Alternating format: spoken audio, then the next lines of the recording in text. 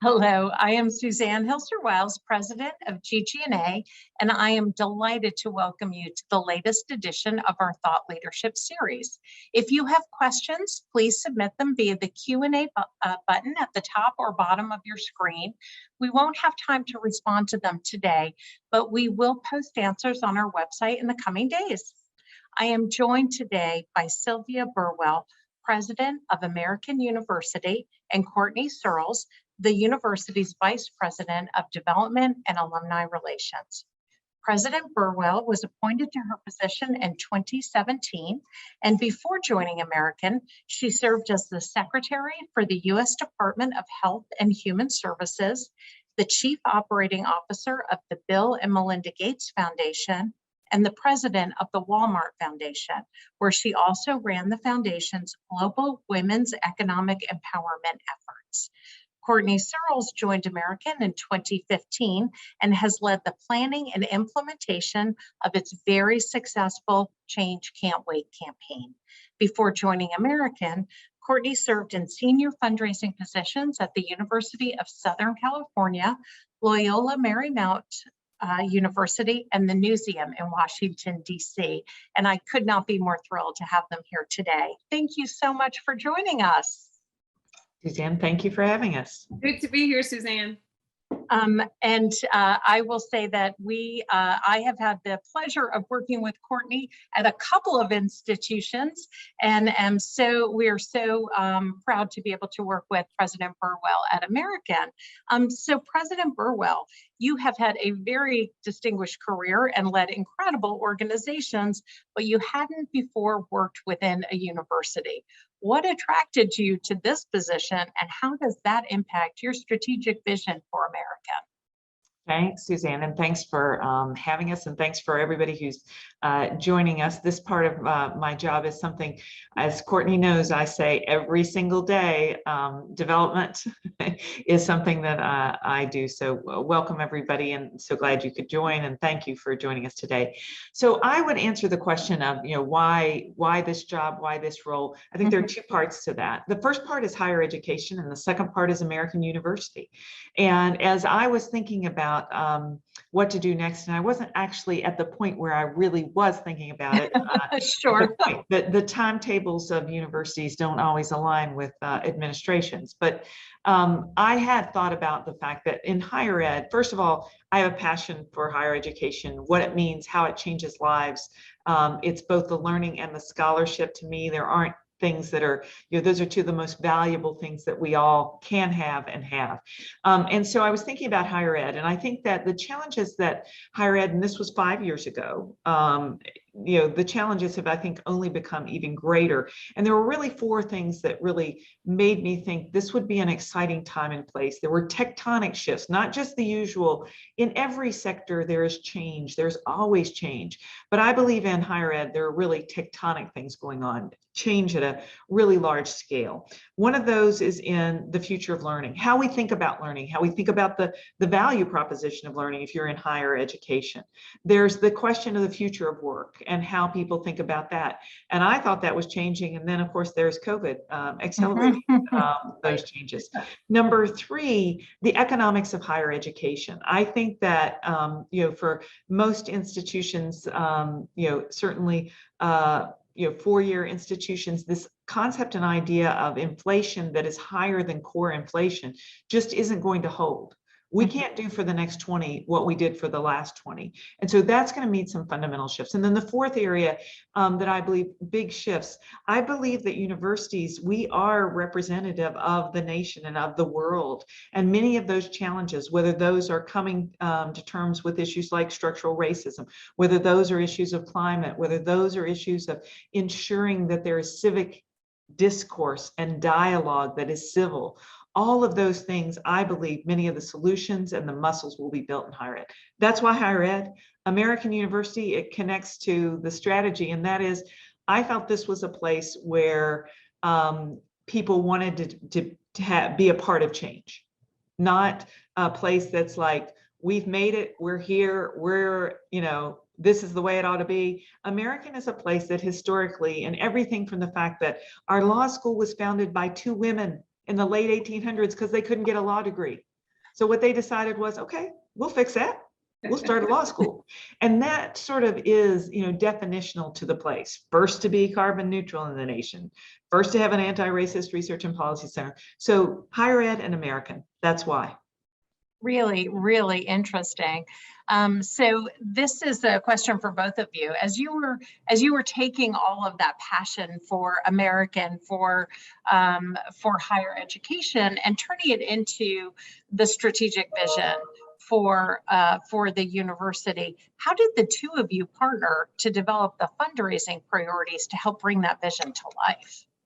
Well, why don't I start with the strategic part of it, and then Courtney, I'll turn to you in terms of getting sort of the deans and the provost, in terms of starting to translate it to the campaign and how we did that part and piece, and then I can integrate with our narrative as well. So the strategy part of this came when I came to the university, and I wanted to get started immediately on strategy. And I had been in organizations and institutions that sort of moved on a different timetable with regard to strategic process, but the process is always the same in terms of it's so important to get input. So I actually came and I talked to over 1,000 people, and I asked 3 questions. Number 1, what's the one thing you can tell me that will take American University to its next level that we need to change? The second question is, what is the one thing at American University that we need to keep the same to go to our next level? And the third question was, what differentiates? And these 3 questions and all of these conversations with alumni, with our students, with our faculty, with our staff, with people in the community of DC that are around us, that informed our strategic process, which was a process where faculty, staff, all kinds of people participated. And Courtney, my vice president, was a part of the core team that did the strategic process. So she was there every step of the way of the creation of the entire strategy. Courtney, why don't I turn to you for a second? No, I think a question before we turn to Courtney. So as you did those 1,000 conversations, was it pretty clear what the themes were in the answers, or was there a lot of disparity? Clear. You could not get through 5 minutes of the conversation without the theme of impact, passion, change.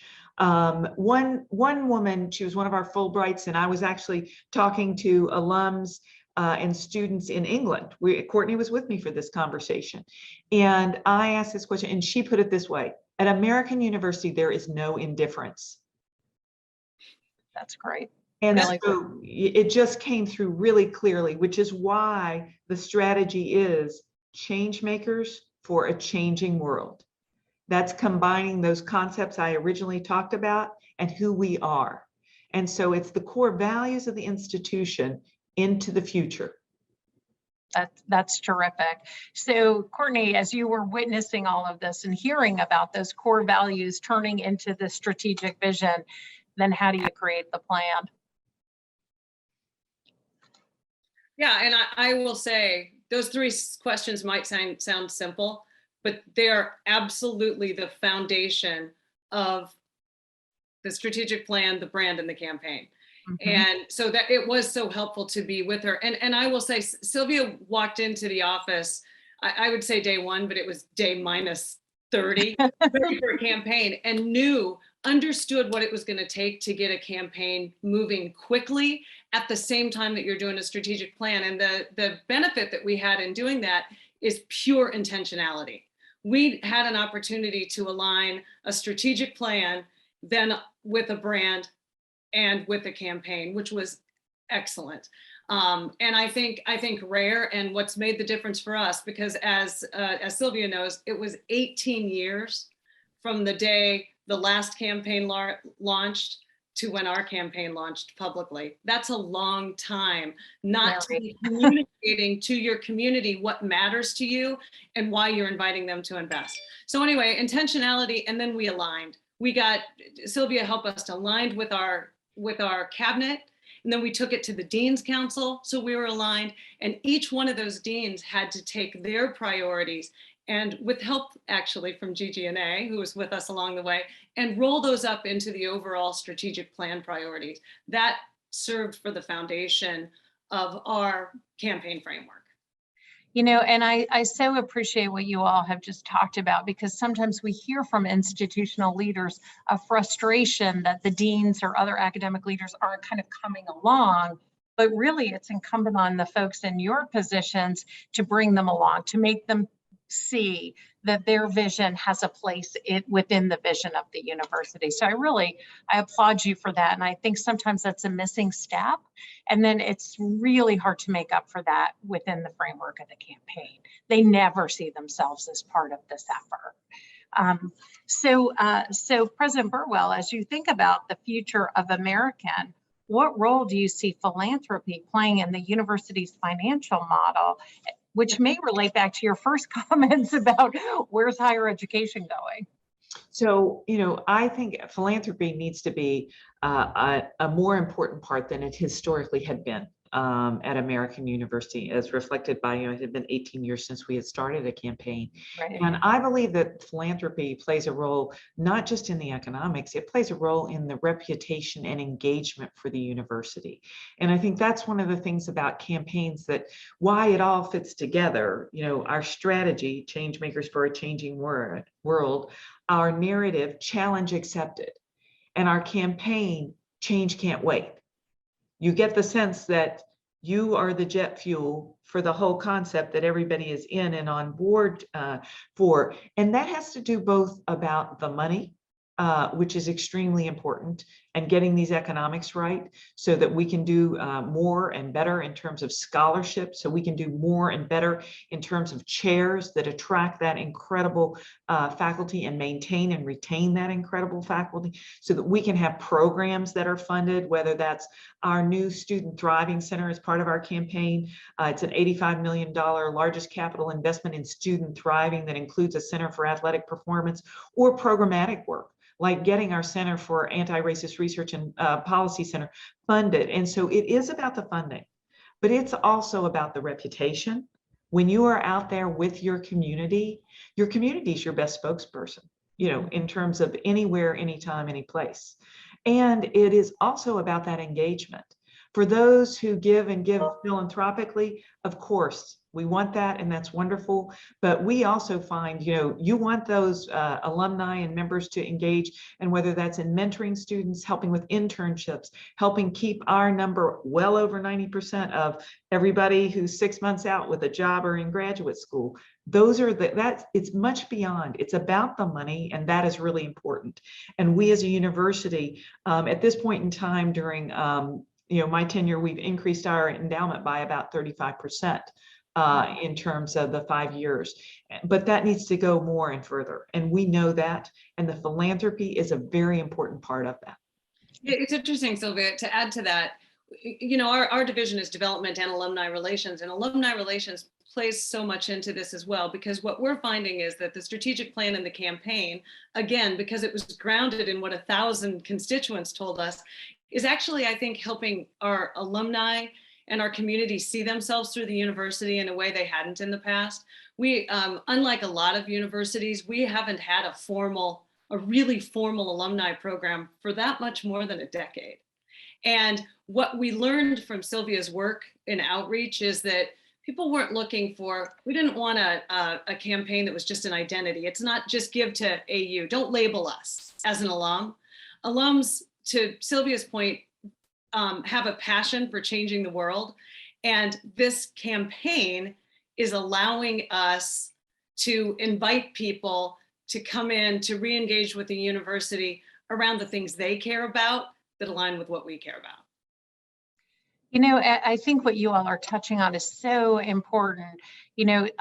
As you think, as institutions listening in, think about the communication strategy and the messaging around their campaign by really being thoughtful about making sure it is authentically true to who you are as a community and your mission.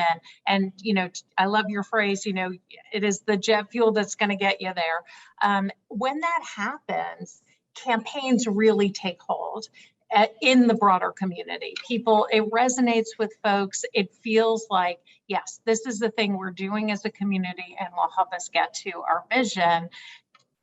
Too often, campaign is like this other thing, this thing where we're worried about a catchy phrase, but it's not connected to really the DNA of the institution. And what you all have described and what we've seen at American is really something that connects to the DNA. And that is really exciting. Again, to your point, in activating the community in all the ways you need their help, not just their dollars. So, you know, the two of you did not know each other before you started working together at American. And this partnership between the president and the vice president is a critical one for both of your success. What advice would you give to folks who are just starting out on this journey together?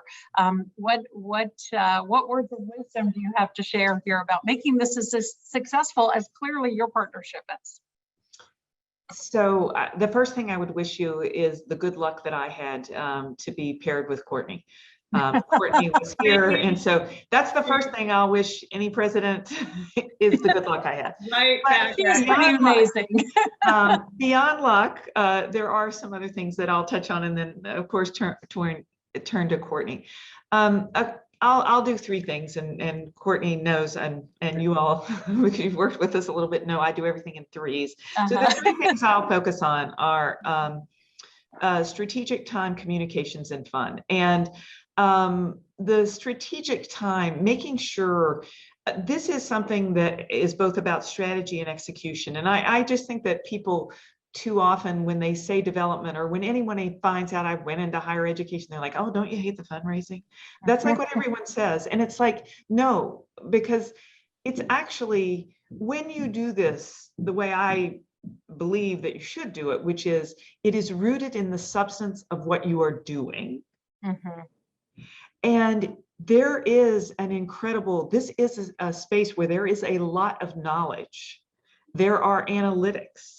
There is data, and a strategic approach to set goals is necessary. So making sure that the two of you have time to spend on strategy, the president and the vice president for development and alumni relations, or however it's constructed, but making sure that you have strategic time, because that keeps you focused.